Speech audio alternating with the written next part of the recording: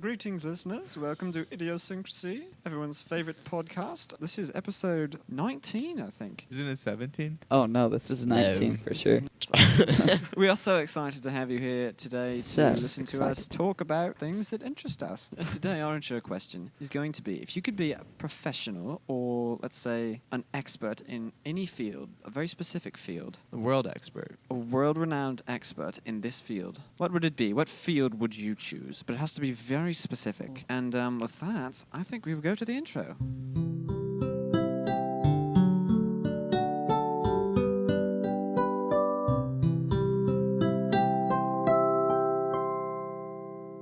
All right, let's dive into this topic. And before we do that, I would just like to hop out of this accent real quick, and we will get going. So, Colton, do you have anything? All right, so if there's one thing that I would want to be a world expert at, it is fantasy football and baseball drafts. If there's one thing that I can't stand, it's those fantasy football drafts in particular. So I always feel like I just wasted a pick, you know? Uh-huh. Yeah. But if I were a world expert on it, I would always know who to pick statistically wise. Sometimes the statistics aren't the best Yeah, way to they go. could get though. Exactly. injured. So, but if I was a world expert, I wouldn't always run on statistics. That's I'd true. go with my gut. Well, Yeah. Go with my brain and my gut. You know what I mean? yeah. And what you call an educated guess. But It wouldn't be a guess if I were a world expert.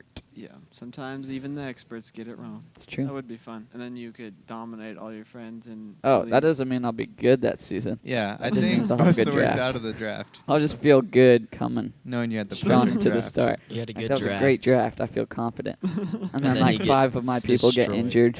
Huh. Wow. 3 of them tear their ACLs. The best 1 gets pulled over for a DUI. theoretical team of all time. The other goes to jail for 55 days. Don't ask me why. Nobody knows. Yeah, he's unavailable for jail time. For me, I'd pick some type of music field, so something in musicology probably. Mm-hmm. So I'd probably pick some... Classical. Yeah, definitely classical. I'd probably do just like piano development in between like 1835 and 1840 or something like a 5-year window and just study the development in that whole window and just be I know the most about piano development in that window or something like that in that time frame. Piano specifically, or like Yeah, I think instrument? all music's too broad. Okay. Why 1835 to 1840? I don't know if that's the exact date, but I would probably want to do early. Actually, I'd probably be closer to the Just because of famous 18 composers. teens. Yeah, because Okay. there would be Chopin, Brahms, or that'd be a little before Brahms, but there would be Liszt would be around. There might still be Schubert. I don't remember when he died, but there's like a time frame when a lot of them were still alive at the same time, which Mhm. would be cool. Cool. But not as cool as Cool Whip. Well, for me, I think my world-leading expertology would be in the field of ping pong. Ooh. I want to be like, those Chinese people at the Olympics. They're just like, just over and over again, Forrest Gump. slamming it as hard as they can. No, that one scene in So would Forrest it Gump. be in like ping pong? Just like, I'm the playing? best ping pong Singles, player. What'd you call doubles? it? Singles. Singles? Here's my question. If you're a world expert, do you call it ping pong or table tennis? I call it ping pong. I would start the new movement. So you'd be like the world's leading expert on ping pong, but not on table table tennis. I would say it'd Okay, be like the world's interesting. leading expert in billiards. People just play. Some people play billiards, but pool's more common. You know that one scene in Forrest Gump? I watched it with VidAngel. Don't worry. Anyway, there's this one scene where he's playing ping pong, and he's like training, and he has 2 paddles, and he's hitting multiple balls against the wall. Not one's getting past him. And he blindfolds himself and does it again, and he's just chilling. Mm. Gets his face printed on ping pong balls, Wow, Yeah, so Pretty cool. I want to become like Forrest Gump, but better. but better. but better. Wow. Would you like to be an expert in like knowledge or playing? Both. Like, I know all the strategy, all the All the ping pong. techniques, So you'd probably have to write a couple books about that. and then I'd have Yeah. to be the best player. And then in the once you world. retire, you write books and you like. yeah, and I Mhm. become a coach to like Yeah. the Yeah. next best person in the it world. inspired the next generation of Yeah. ping pong players Yeah, too. bringing a resurgence Because in America. it's really a in ping special pong. game. Yeah. It is fun. And I Yeah. think it needs to come. It's like pickleball, but it just hasn't hit that growth spurt yet. Yeah. Even though it's been around for Yeah. longer as And you know what I bigger. really think? There's 3 main things that's crippling ping pong's development. Okay. First of all, short tables. Yeah. They Don't don't even have get me started. full regulation size tables. The short ones, there's you can still play, but it's not as fun. Yeah. Second, cheap ping pong balls. You That's need the Mm. high the quality worst. ones that are, because they hit completely different. They spin different, float difference. And then Mhm. people using just really cheap paddles that you Yeah. can't do Yeah. nothing with. Okay, here's my question for you. Do you use the smooth-faced paddles with like the rubbery material, or the ones with all the little ridges and dots in the middle? It depends give on the them a hit you're wanting. Okay. They're Like- normally But, double-sided. like, which do you prefer? What do I prefer? Yeah. I prefer smooth.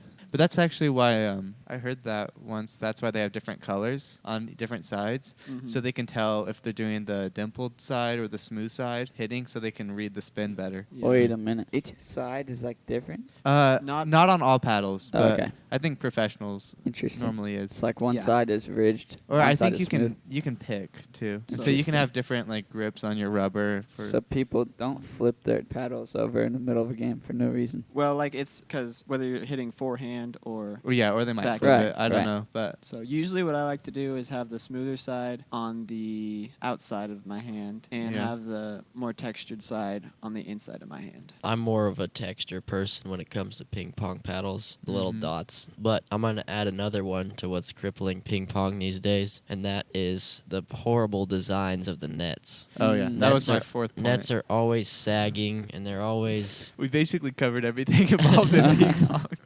Tables, nets, paddles, balls. So it just needs some life brought into it, and I think Yeah. when people get excited, Yeah, and then there's no opportunities really. Mm. Have you heard of local ping pong competitions or That's a like good point. coaches or clubs that you can join and get better? Yeah. No. Doesn't They're exist. probably around, but they just... They're aren't not they're big. not mainstream. well advertised. We could start a ping pong organization. We need to get like a Tiger Woods of ping pong, and that could be you, Lane. That could be Yeah. what you're known for. And so you're so good that you get people inspired about the Yeah, sport. and then we could create this resurgence in American ping pong, and we Yeah. could dominate The what was Olympics lost to again. us. Yeah, and we could win gold.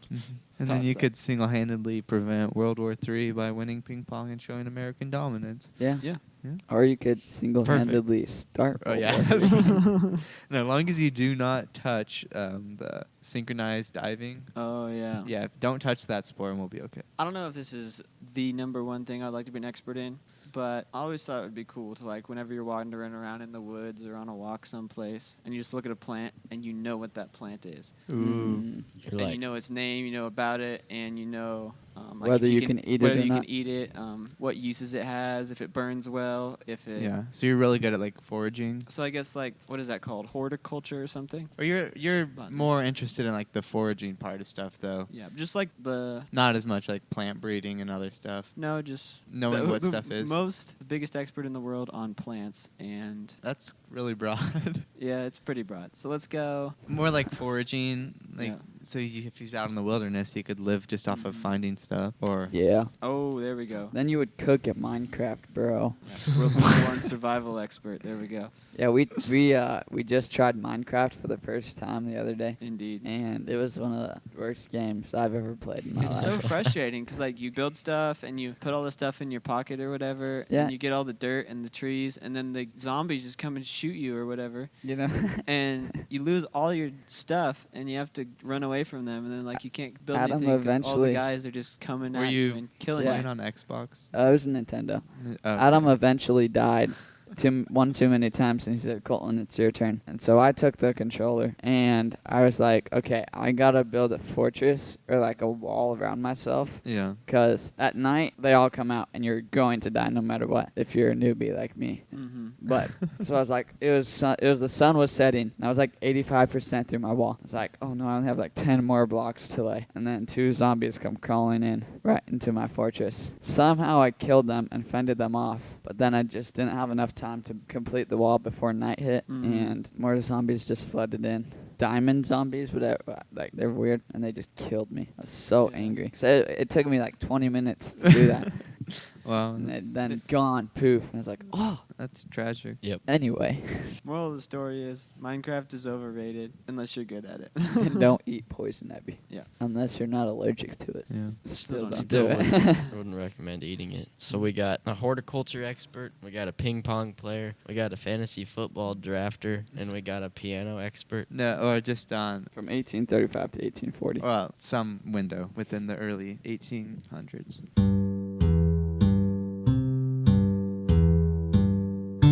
So last episode, or maybe two ago, we last talked about children's books, and we briefly talked about the Bernstein Bears. Okay. And there was something Berenstein.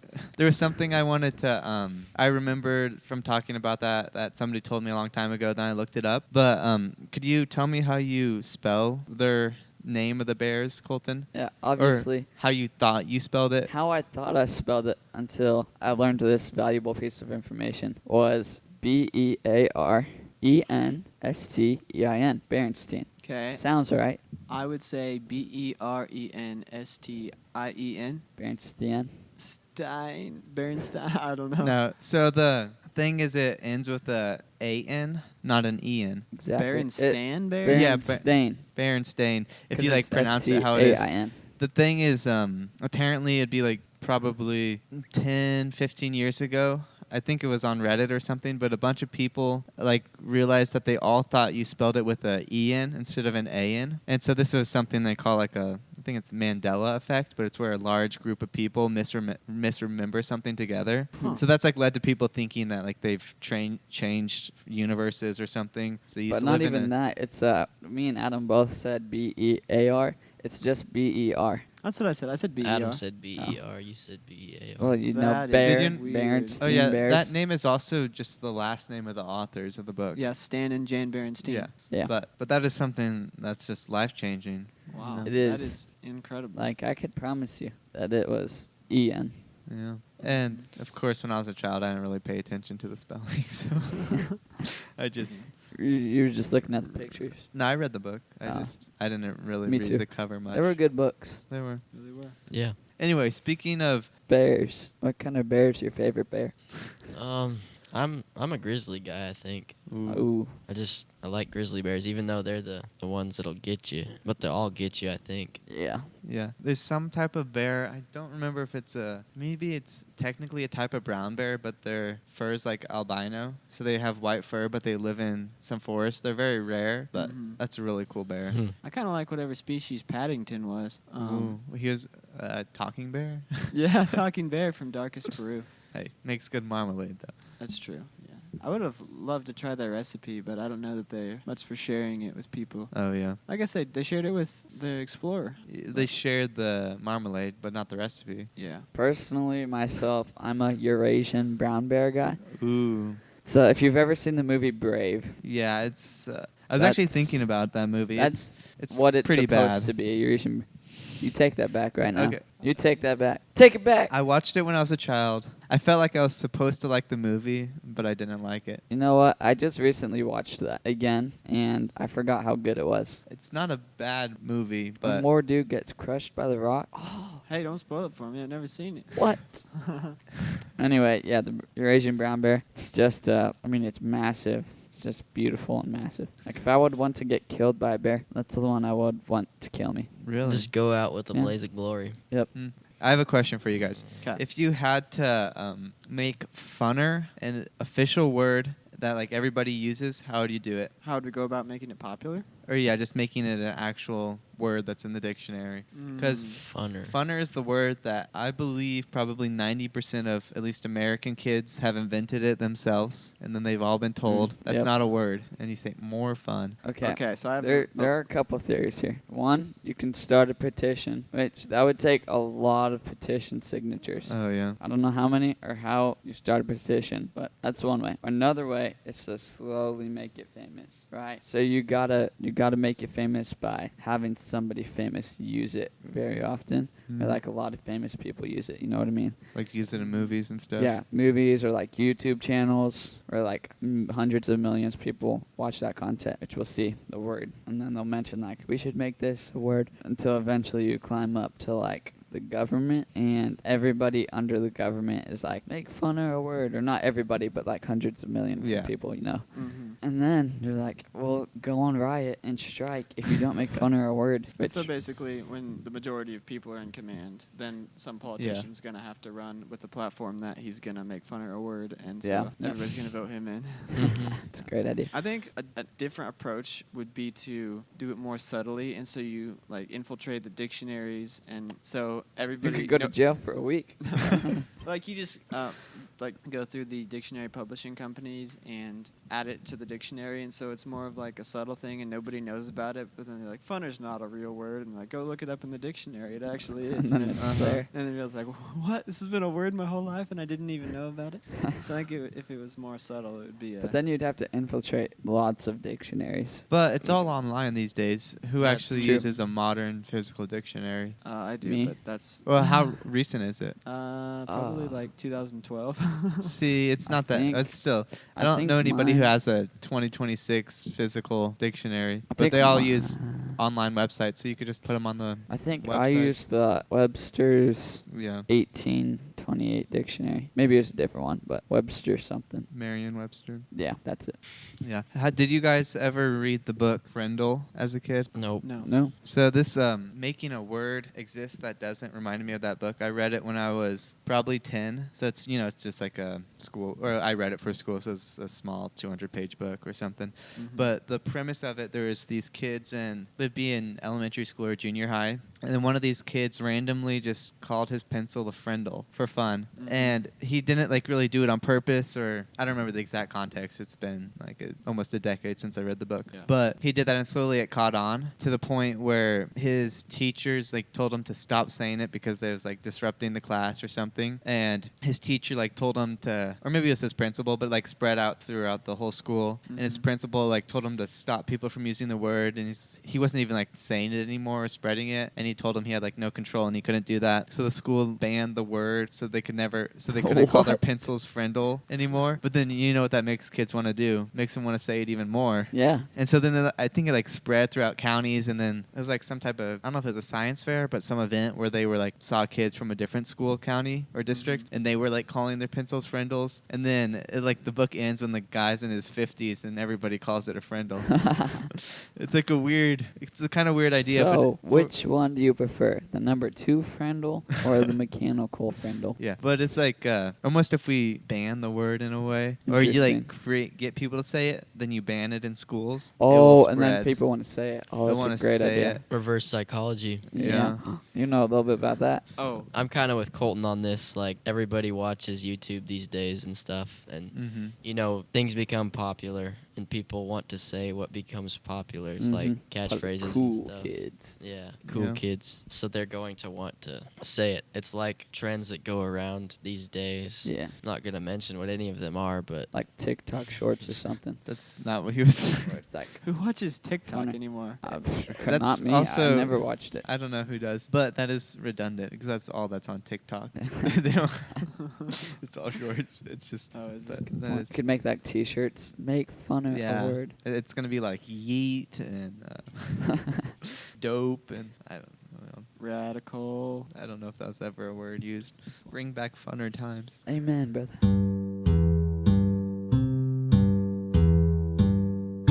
alrighty, y'all. We're going to go into a segment about T-shirts. And so we're going to start off at materials. Like, what kind of materials do you prefer in your T-shirts? Okay, for the longest time.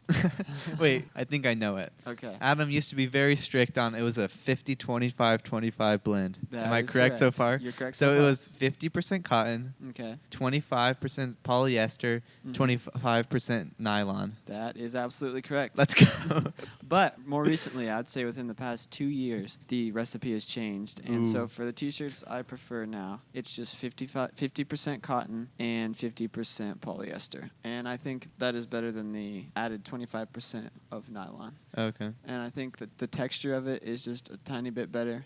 It's good for just regular use, but also it's not bad for exercise and running and stuff. So Mhm. So for me, I would agree with Adam on the 50% cotton, 50% polyester. That is what I like to use for workouts and stuff. But I also do like to wear 100% polyester shirts. They're like Ooh. the slick ones. Yeah. But Mhm. they are not as fun to work out in because they get wet and they get heavy. Oh yeah. So, yeah, I just don't like them as well to work out. But to wear around, they're fine. And also, the 100% polyester ones tend to stink more once you get them, like, sweaty a couple times. They tend to stink more Yeah. than the Regular cotton. 50-50 ones. At least for me. Maybe I just stink, but Yeah, I tend to be for just if it's normal wear, nothing athletic or nothing super athletic. I prefer 100% cotton. Pretty thin, soft, light cotton, but still, I prefer 100%. I like the feel. But if it's gonna be any decent amount of athletic or like basketball practice or something, I'd want a 50-50 cotton nylon. Cotton gets pretty heavy when it's full of sweat, and also can cause more chafing in like armpits and stuff if it gets really sweaty. Yeah, I also work out a lot. Yeah. So I'd definitely go 50% cotton, 50% nylon. Confidently, like I know Nylon what or I'm talking polyester? about. 50 Yep. cotton, 50 nylon. Yep. I haven't heard too many of those. I actually have no idea about t-shirt materials. I'm making this all up. I do like I'm more of a smoother shirt guy, if you know what I mean. Yeah. Where it's like More the polyester. smooth, yeah, smooth feeling on your skin. It's lightweight, which means the wind can breeze through it, but it's still like enough to keep you warmer. I have no idea what material that is, but The shirt that I'm wearing right now is very comfortable. Ooh, hang on. Wait, there's a development. I'm looking at my tag. oh yeah, This says 93% polyester Ooh. and 7% elastane. so that's what I'm going for. 93% polyester, 7% whatever the last one was. And this is a dress shirt, Elastane, right? so like Elastane. elastic. Yeah, Yeah. it's a polo shirt. It's very soft and Yeah, soft Comfortable, shirts. That's so- what I like. So you like silk? Polyester, 93%. It's got to be 93% now. We're gonna get the all natural clothing community against us now. Yeah. my tag has this written in English and Aramaic. I personally prefer my No, shirts not when they're made in Arabic. Taiwan. That's Oh, right. yeah. No, actually, no. I prefer Vietnam. Those are the Yeah. best shirts. Mhm. They're better than. What do you Hey, guys think Where's about? your shirt from? Hang on, let me go back to my tag. If it Get me says- more Yep, excited. it's made in Vietnam. Like There I you go. said, I There love you my go. shirts made in Vietnam.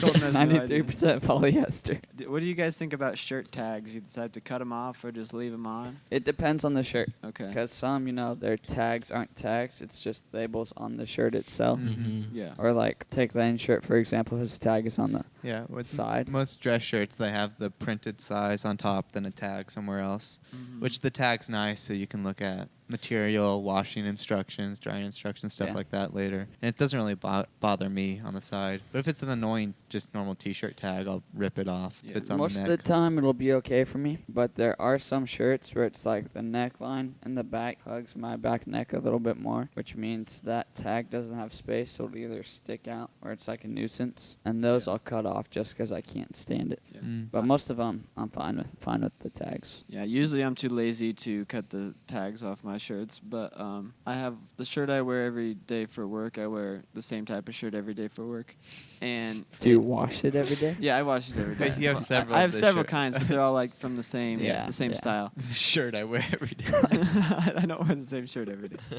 but it has the printed tags, so it's not actually a piece of cloth or paper Yeah. that's separate. But it's gotten so faded over the weeks that it was in a couple weeks, and so you can't tell what the front of the shirt is and the back of the shirt is. So I have to Oh. look. You can just see a tiny faint lettering, but you have to look really hard. Otherwise, you could put it on backwards and walk around like that all day, and you'd never know. Sounds like your employer got cheap shirts. No, Like I had to once- buy the shirt myself. Oh. Like somebody once said, you can wear it right side in, right side out, left side in, left side out. Inside It's out. true. Inside out. Backwards. Inside. The other day I went to work all day and I came home and I was laying on the floor and I was like, my shirt is on inside out. Oh. Okay. because you laid on the back and it struck your sweaty back. I just looked at my arm and I saw the little thing sticking, like the little sewing line sticking up, and I was like, huh. The other night, I went to sleep at like 2:30 in the morning, and I woke up at, what did we say, like 6 maybe? I don't know, it was like 5:30. Wow. I woke up at 5:30 and I grabbed my socks and I flip them inside out, right side in, whatever, and I put them on. And it was pretty dark, and we went and we drove to this race that we had. And I get out of the car and my mom's like, one of your socks is inside out. I'm like, man. At that point, it wasn't worth it to take off the whole shoe just to turn the sock inside out. So I was like, I'm going to leave it here. And I ran the race with one sock inside out. Did it bother you? No. It was actually quite comfortable. Ooh. You're going to start a trend of wearing your socks inside out? Yeah. And we could get some famous guy to do it. Yeah. And then then could the write a book. politician would Make have it to be popular. like, I will make inside out socks famous once again. What type of socks do you wear? Do you usually wear ankle socks, just above the ankle, calf So- socks? Like, I'd say 2 years ago, I was definitely like a lawn sock guy. But it was like in between lawn and short. So it wasn't lawn. So it was part like, of the way up your calf or whatever. Yeah. And then I got this terrible sock tan. And I was like, oh, I got to get rid of this. And Mhm. so I went ankle socks for a while, just over the ankle, I think. So that's where I'm at now. Me personally, I go just above the ankle, and that is where I keep my sock line. And I do Yeah. have a very good tan line there. Mine are. I wear, I guess you'd call them basketball socks or athletic socks, but if I pull them all the way out, they go halfway up my calf. Oh. But you slide them down so they're like 4 or 5 inches above your ankle knob. You know what's the most satisfying, though? Is when you do roll them down and then you roll them back up. Yeah. You see that line? So my socks are like, depends on like positioning, but usually they're either right on top of my ankle bone or right underneath of it. I don't And, think You I couldn't do that. You just mess Just like with me. halfway up the bone, so it's. Well, right now this one is like Yeah. on the ankle bone. But I bet this is really entertaining. I This- cannot stand wearing the long socks. Like if I did that every day, it might be better. But like when Yeah. I wear long socks and then I take them off, since I have leg hair, Oh, yeah. it hurts so bad. Oh yeah, it's really funny how much leg hair like sticks through my socks. But they're pretty, or they're not loose. But these ones I They're have on thin. right now they're actually padded on the bottom, so they're Whoa. like probably made for some grandpas. But it's kind of nice because they have just a little extra layer on the bottom, so they're a little extra cushion in your socks. That's nice. Yeah. Do you guys sleep with your socks on or socks off? I mean, honestly, I don't really care. It's whatever I go to No. bed. You have to care. Usually I'll sleep with my socks on, but if I like take a shower before Oh, bed, no. then I'll just not. I'll be too lazy to put on socks, Yeah. so I'll sleep without them. But it doesn't bother me either way, really, anymore. Yeah. That's crazy. I can safely say I sleep with my socks off every single night. Mm-hmm. Part of the reason is because we have a laundry basket, and I sleep on the top bunk. We already. So it's always fun to throw the socks into the laundry I do basket. the exact same thing. So I never sleep with my socks on. It actually makes me feel claustrophobic to have Yeah. them on. So I can make laying in my position on my bed, laying down. I can make socks into the hamper pretty much every time. And it's quite a ways across the room. So my head's touching one wall and the hamper's on the other wall. And I can make a shot. Do you roll them up or just throw them as they are? Oh yeah, I roll them up. Oh, yeah. So about that, my dresser is we sleep in the same room, Mhm. and my dresser is right next to our hamper. Yeah. And so back a while ago, when Adam was not as good at making the socks in the hamper, I would constantly just have Adam's socks on top of my dresser, and it Because every night I would throw them at the hamper and they would.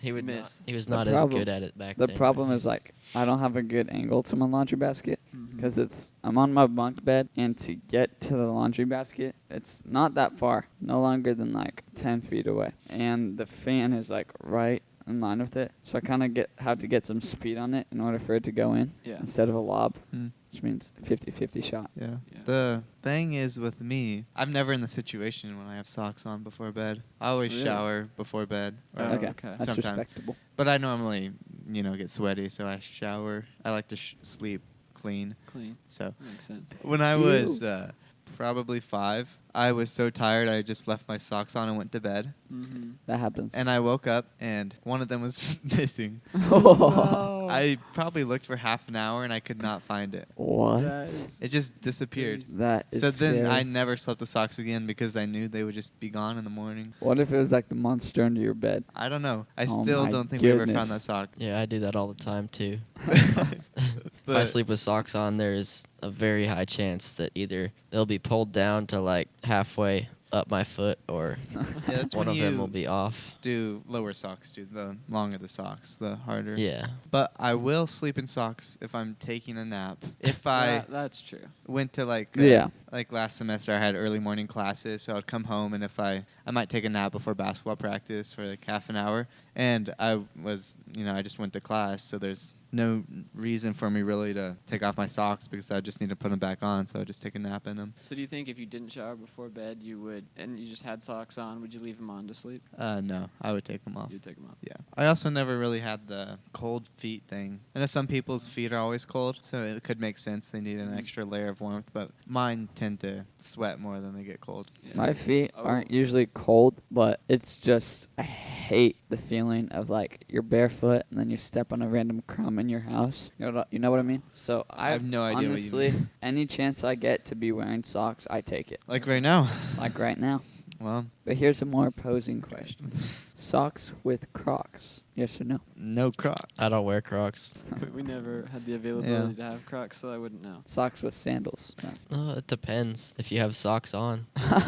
Yeah. So we, like- we wear Just have, like- I wear slides with not like flip flops with the little toe thing in the middle Yeah. that is and then weird. sleds. Yeah. Or just regular slides. If I have socks on, I'll wear them. Now the one thing is, if it's like summer and dry, those little grass will get into my socks if I'm Mm. wearing slides, and so I Yep. can't do that. But a lot of times, I'll just wear whatever I have on with Mhm. slides. Fair. Yeah, I don't ever wear slides around unless I'm just like going outside quickly or going to the pool or something. So Yeah. like go to the pool, I won't put socks on, but just like randomly going outside for something, I won't take off my socks to put on my slides. I'll just Yeah. put them on. Yeah. I wear socks and slides a lot. Same. No kidding. But it is I'd say it's kind of a cultural thing with basketball, especially Oh. practice and games. Because I would say the majority of people, at least the people I'm around, they wear slides or even the opposing team to their games. Because it's not it just takes more time because you have to put on your basketball shoes to take off shoes, untie them, put them in, Yeah. and then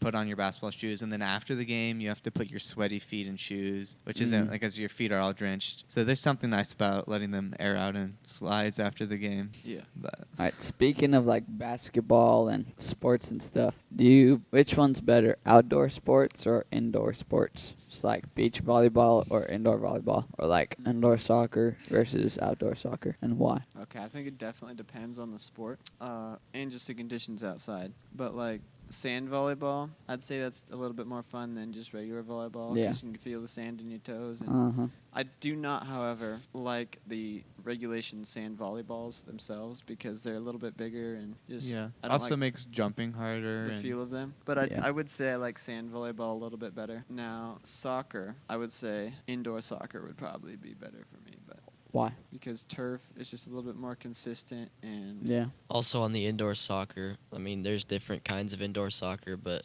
there's a type that has walls, Oh yeah. which would be fun because you can't kick it out of bounds. You can like pass off the walls, and Mm-hmm. there's no offsides in that kind of soccer.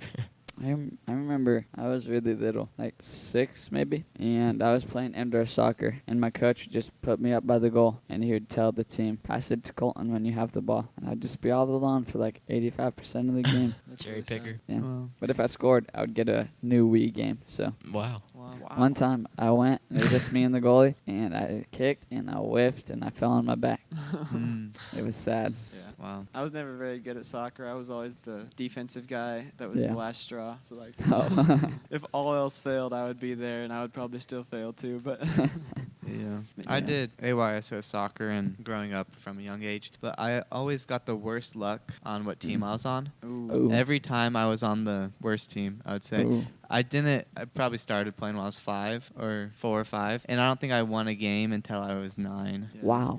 That's brutal. But then I got played on one good team, and we never lost a game.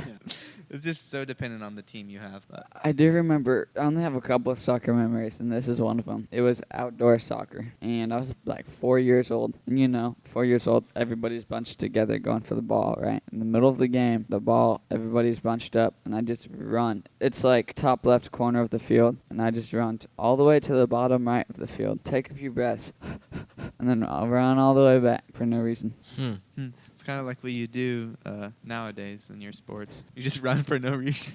Hey, What are you running from? cross country is not for no reason. No, it's not. Speaking of which, indoor track versus outdoor track. Ooh. Oh. So an indoor track is usually 200 meters long. One lap is 200 meters. And then outdoor, it's 400 meters. And I definitely prefer outdoor because that's what I did first. And that's how I learned to pace myself the best. On a 400-meter track. On a 400-meter track, yeah.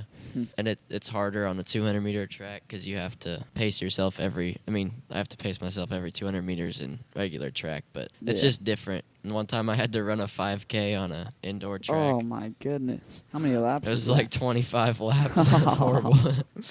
Did you get dizzy? It's not No. that small. But the one thing about that is the centrifugal force on the 200-meter tracks is a lot stronger than on the 400-meter tracks. yeah, the turns are So sharper. when you're turning, it's very sharp and it's very hard not to get pushed out. So Mhm. the 400-meter tracks are definitely a lot better. Yeah. Personally, I never answered my own question. I do prefer outdoor for pretty much everything, just because indoor kind of takes away the weather of it, So it's Yeah. like you get out, it's 28 degrees outside, you're like, this is going to be a beautiful day to run, right? But then indoor, it's 28 degrees out, and you go inside to like a 70-degree room, Mhm. you just run. It takes all the fun out, Mhm. Or like, But then you got the other side of that where if it's rainy in your game or meet gets canceled, exactly. which is sad. I hate it when It I feels remember. like the weather is kind of a part of the sport for Yeah. track Yeah. and soccer, but for basketball, you take it out. If we had an indoor But it's track also a meet- winter sport, so you can't play basketball when it's, you got half a foot of snow outside, unless it's indoors. Are y'all the Yeah. type to be frustrated when they cancel due to the weather? Like Oh. you said, I would have played in the Lightning, or are you more like? Yeah, I was always so frustrated because I played baseball for 5 years. Uh-huh. Which means like every game was a fun time, and so clouds start rolling in, and I'm like, no, and the game would get canceled. It's just, oh man, I was looking forward to the game tonight, but Mhm. Yeah. I'd say play in the thunderstorm, and if so, but I get why they can't do it, but I'd rather just play through the lightning. Yeah. yeah, Yeah. me too. I would also, and I have some reason to be against people canceling stuff. One time I was at a swim meet, and I was in the middle of a race, and Oh. lightning struck like a long ways away, but it was like just inside the safe bubble, and so they literally stopped me in the middle of my race, Oh, that's weird. And made you get out. and they made me get out of the pool.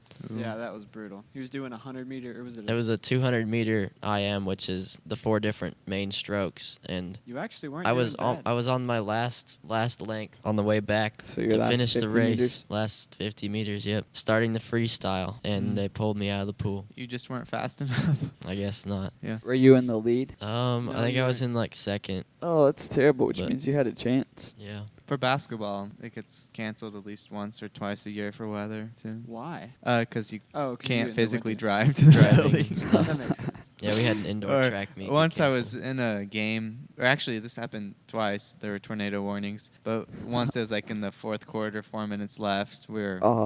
up by. Down by 5. No, we were up by like 5 or so. Oh. So Oh, we just that's like a good were thing. gaining momentum and starting to pull away from the other team. Oh. And there's the tornado warning, and we all just the game got paused for an hour, and we just stood there and played the last 4 minutes after the warning was gone. Did you win? Yeah, we did win. Yeah. There you go.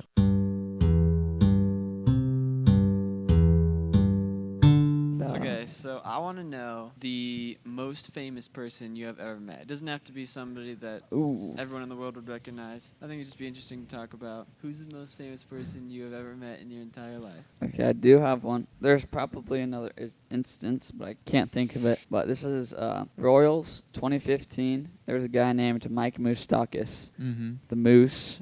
He won the World Series with them. Their starting third baseman. Okay. I'd say maybe like 2018. He got got traded, obviously. And I went to a spring training game, and he autographed my Royals baseball hat for me. What? It was pretty cool. Did he ever Cool. actually play in the World Series? Yeah, he was our Royals main third baseman, Oh wow. which means he lost the World Series in 2014, and he won it with them as the starting third baseman. Okay. So did you actually see him and shake his hand and stuff, or was I didn't shake his hand, but he autographed my hat, which I mean I wouldn't consider it meeting, but still like interaction. Did you hand the hat to him? I did. I Okay. gave him the hat. I'd call that close enough. He was like, "How you doing?" I was like, "Doing great now." He handed me the hat back. Sadly, though, we had bought like a gray/white Sharpie, and he signed it on the white part of the hat. Ooh. So it kind of slowly faded. Did and you then wear I the lost hat? what? Did you wear it? No. Okay. Good. Then I honestly don't know what happened to that hat. That's really Did you sad. look under your bed? I don't know. It's been a It's while. probably by your sock. But I'm pretty sad. Pretty sad that I lost it, but still a pretty cool meeting. Yeah. So Once I was kind of close to meeting someone that I would consider pretty legendary. Okay. Have you heard of Yo-Yo Ma? No. no. He's arguably the most or the greatest cellist of our generation. So he's really good at playing. Cellist, as in the instrument, the cello. Yeah, the cello. Okay. That's spelled weird, but Yeah. yeah, he can play the cello really good. But so I went to there was a photo gallery in town. So just some photographers were there, and or they just like own the gallery and they show some of the works they've done over the years. But they were telling a story. The guy there, he does the album covers for Yo-Yo Ma, so he'll do the like photos on the album covers. And Yo-Yo Ma was there the night before I was to a special invitation thing where like they did an interview, and then it was around Christmas time, so he like, or it was, I don't remember when it was. I think it was sometime winter, but it was a nice night. So he went out on some like front porch of a house downtown and was playing cello, and people were just like standing outside listening. So it was like one night away from meeting him. Though it was only Cool. special invitation, so I wasn't invited. But I was in the same building 24 hours later. Yeah. I haven't really met any extremely famous people, but I have been at the same place that a famous person played golf at. Okay. I do remember this. So I played golf with actually Colton and Adam at the same golf course that Tony Romo played golf at. Oh yeah. Uh huh. Except it was fun. like 2 years ago, so. Oh no, it was like yeah, it was 2 years ago. Wow. When Tony Romo played was several years ago. 2 yeah, years it was ago, like yeah. 2024. Okay. So Yeah, so he had played there a couple years before we came, but this is my new claim to fame. I went into the bathroom there, and they had two toilets, and before we left, I used both of them, and so I can confidently say that I have gone to the bathroom in the same toilet as Tony Romo. speaking of which, Tony Romo shot an 11 over, Really? and I shot only 26 strokes worse than Tony Romo. Wow. That's pretty Claim to good. fame. He was having a bad day too then. Really. That was one of the best games I've ever played though. If we're doing these same locations, I've been to I think it would have been 28. It might have been 2018 or 2019. Patrick Mahomes went to a donut store in town, and I've been to that same donut store. Wow. Wow. Okay, back to people. I don't think these really count as meeting famous people. Yeah, but Adam's real claim to fame is when he met the Yeah. shingles guy. Oh yeah. The guy who had dinner with the I've guy. talked about this when I met the guy who had dinner with the guy who invented some type of shingle. Was it 4-tab? 3-tab. I don't remember. Something about shingles. But anyway, but I have actually met somebody. So you met the guy who had dinner with the guy who invented the 3-tap shingle. Yeah. Yeah. But I have actually met somebody relatively famous, especially in like the Christian homeschool community. And I don't know why this has not come up yet, but I am like probably very high up on like the fan list of Adventures in Odyssey. And if you don't know, Adventures in Odyssey is a Christian audio drama series by Focus on the Family. And so they just tell stories. There's a guy named Mr. Whitaker and his... Why don't you just explain all the characters Sorry. real quick? I'm just going to give you... Anyway, they've got over 1,000 episodes now. I've listened to every one of them at least twice. And some of them up to like probably 20 times at least. My favorite episodes, if you would like to know, are... And just to be clear, these aren't short videos. They're all like They're- no shorter than 20 minutes. So every episode is about 23, 24 minutes long. It's audio only, and it just tells stories about this town called Odyssey. Some of my favorites are Wooten's Broken Pencil Show, Ooh, The Ties that's a That good one. Bind, Oh, yeah. The Toy Man, Ooh. and I have so many favorite episodes. I remember the night when I first listened to The Toy Man.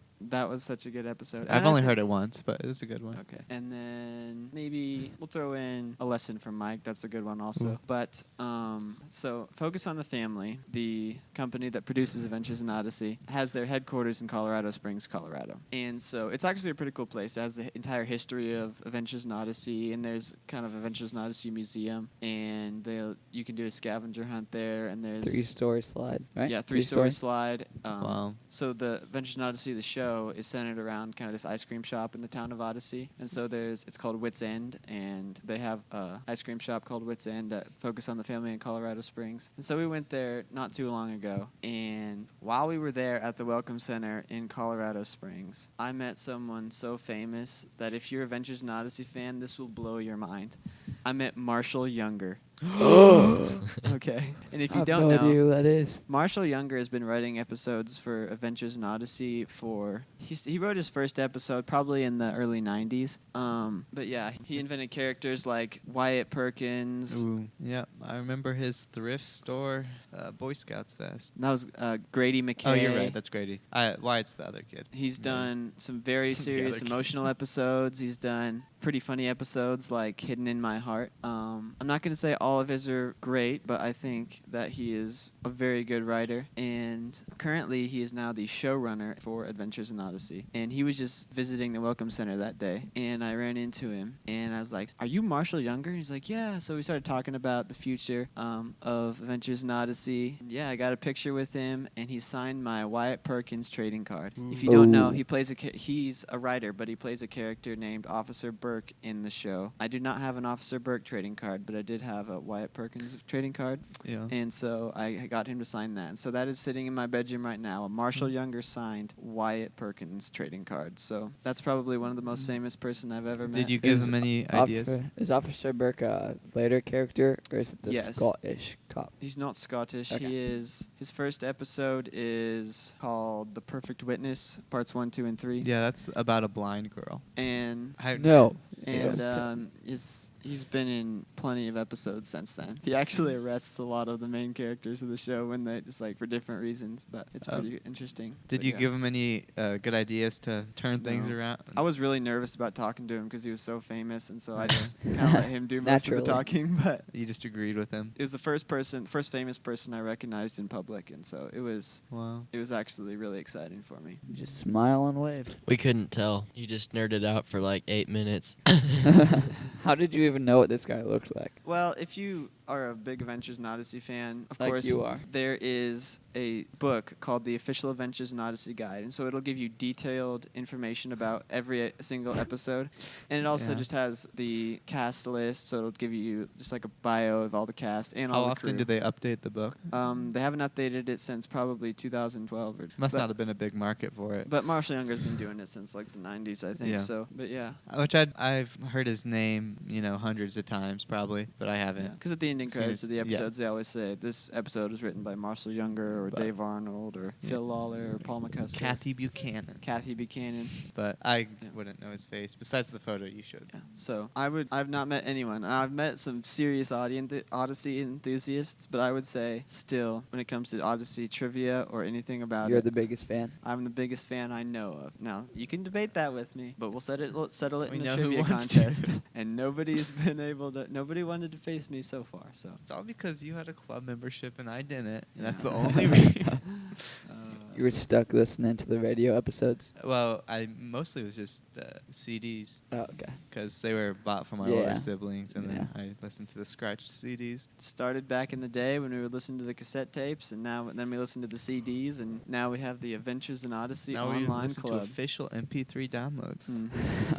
But yeah, I went crazy that day because it was like so cool to meet somebody I thought was It's funny. famous. And it's not even like Adventures in Odyssey is that big, but Oh. it's pretty big. Pretty big. Especially Isn't it to the me. longest running audio drama? Oh, but it has to be. It's been running since 1990, 1987, I think. 87. So. There's not that many successful audio dramas either. No. I've also been to several concerts with famous people like John Cooper Oh. from Skillet or Yeah. Matthew West from Yeah. Matthew West. But even then, that's not considered like meeting them. I didn't meet them. There's at Skillet concerts, he always goes around the circle and kind of like high fives a bunch of people, and I almost went down there, but it would have been crowded. So like So I've you never. almost went down to almost get a high five. So I almost got a high five from John Cooper from Skillet, and yeah, but I actually shook Marshall Younger's hand and got a picture with him. So Wow. it was pretty awesome. Oh, yeah, my grandpa once met my cousin told me that our grandparents met the author of Hank the Cowdog. All right, so I just remembered someone famous that I've met. Who? Who could it Okay, be? you know the restaurant Freddy's? Yeah. The one Oh. that's started by Freddie? The one that started by Freddy. That- We were at a Freddy's one time, and we met Freddy, No. the Freddy. No way. Wow. And even better part about this, there's like pictures of him all up on the wall. Mhm. Okay, Freddy was wearing the exact same shirt that he was Oh. wearing in one of the pictures Wait, up on the wall. Describe the shirt to me. The shirt was like a tan. Oh, Did it yeah, I have know buttons? that shirt. Yeah, it was Yeah, like I've one seen where it he's on the standing- photos. Oh yeah. The one where he's standing in front of the memorial, the war memorial. Yeah, Uh-huh. the war Oh memorial. yeah. Yeah. He's wearing that same shirt. It was crazy. Did he get food? Or He was he did. just... He Yeah, he came was- in and just ordered some food. What did he order? Did I the don't- employees I don't know it was Not him? that creepy, Kate. I bet he... Did the You know, it'd be- employees know it was Oh, him? yeah. Oh, that's funny. They were like, "Oh, hey, Freddie, how you doing?" You know, it'd be funny if he ordered a hot dog. Because who would get a hot dog at Freddy's? Coming right up, sir. We need hot dogs. We don't have hot dogs. Go get them. Stat. I think I've seen like one person order a hot dog there in my whole life. Yeah. It's funny. I don't think I would ever order a hot dog at a restaurant anymore. I have in the past. I mean, we used to have. They are corn dogs. cheaper though. So at a They're- restaurant they're- closer to where we live, it's not a chain, but it's more of just like a A local restaurant. Single it's restaurant, just local. a local restaurant. But they have really good burgers, really good fries. So back in the day, there was two people that worked there. I think they were husband and wife, and we would come in there quite a bit. And so she had memorized our orders, and so we would each get a corn dog, and then my parents would both get burgers. And so the waiter had a good idea of what we were gonna order because we went in there quite a bit. And so one day, as soon as we walked into the door, she started writing down what we wanted on the receipt. And so we walked up, and she's like, "I already got your orders down for you." And you're like, "Actually, we were gonna try burgers this time." The one time. The one That's time sad. we decided to try a burger. Yep. And she never did it again. No, and now she probably wouldn't recognize us anymore, but Yeah. because it got really popular. But it's changed the management, and Oh. They make you pay for drinks now. Oh, It garbage. doesn't come with the meal. yeah, which is kind of sad. Have you guys ever had any weird local restaurant experiences, just like traveling or something like that? Okay, so we were on a road trip and we were at a Waffle House one time. Oh, And you can never trust those employees. I'm telling you. There was this one lady, and she was trying to joke, but like kind of a bad, serious joke. You know what I mean? Ooh. She was like, "Want your waffles are burnt now, right?" Sorry, I might do that. I don't know. Kind of like weird jokes like that. And then sure enough, my older sister gets a burnt waffle. I'm like, Ooh. "What?" It was really funny. Huh. She was like, obviously didn't want to be there. She was like making annoying, like jokes as if she was annoyed. Like, "I don't want to be here. This place is terrible." And then it was actually kind of funny. She almost gave us our order for free, I think. Then she took it back.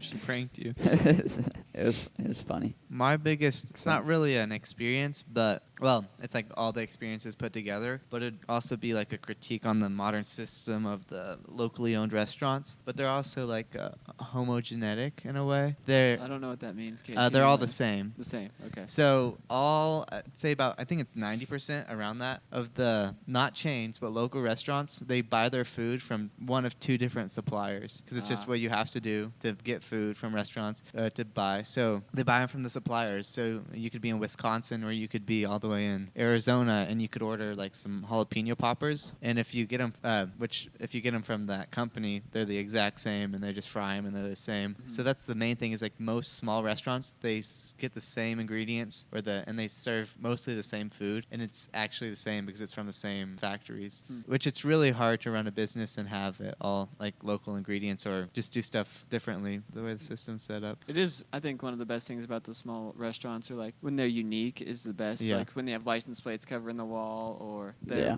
they have weird salt and pepper shakers, or Or they can partner with local farmers and Or stuff. they like have a food table and a bench inside of a Corvette. do what? Yeah, my older sister went on a trip to Florida. They went to a restaurant and there was a food table and bench inside of a old Corvette. Oh, Okay. inside the building. Wow. And they waited like 45 minutes just to get into that Corvette, I think. Huh. In my experience, though, it doesn't matter how cool the restaurant looks. It's about the food. Oh no, yeah. If the restaurant looks cool, that's normally a warning that the owners are interior designers, not chefs.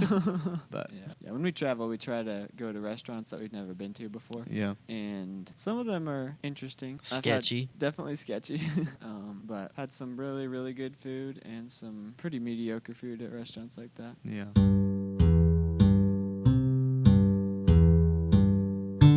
Okay, I've never done this before, but today's poll. It's because you mess it up. Today's poll is gonna be: do you sleep with socks or without socks? And remember, once again, we're not judging you, but we are. So And we answer may or may honestly. not know what you say, Yeah. but And it remember doesn't that. matter. Also, what's your sleep score? If you average your a sleep blanket. score above 90. So before we end this podcast, I just want to talk about finishing what you started. And I know, for me at least, I tend to start projects and then like halfway in the middle or something before I finish, I Oh, yeah. get distracted by something else and it just kind of gets cut off. Like school projects? Any kind of projects like that. And so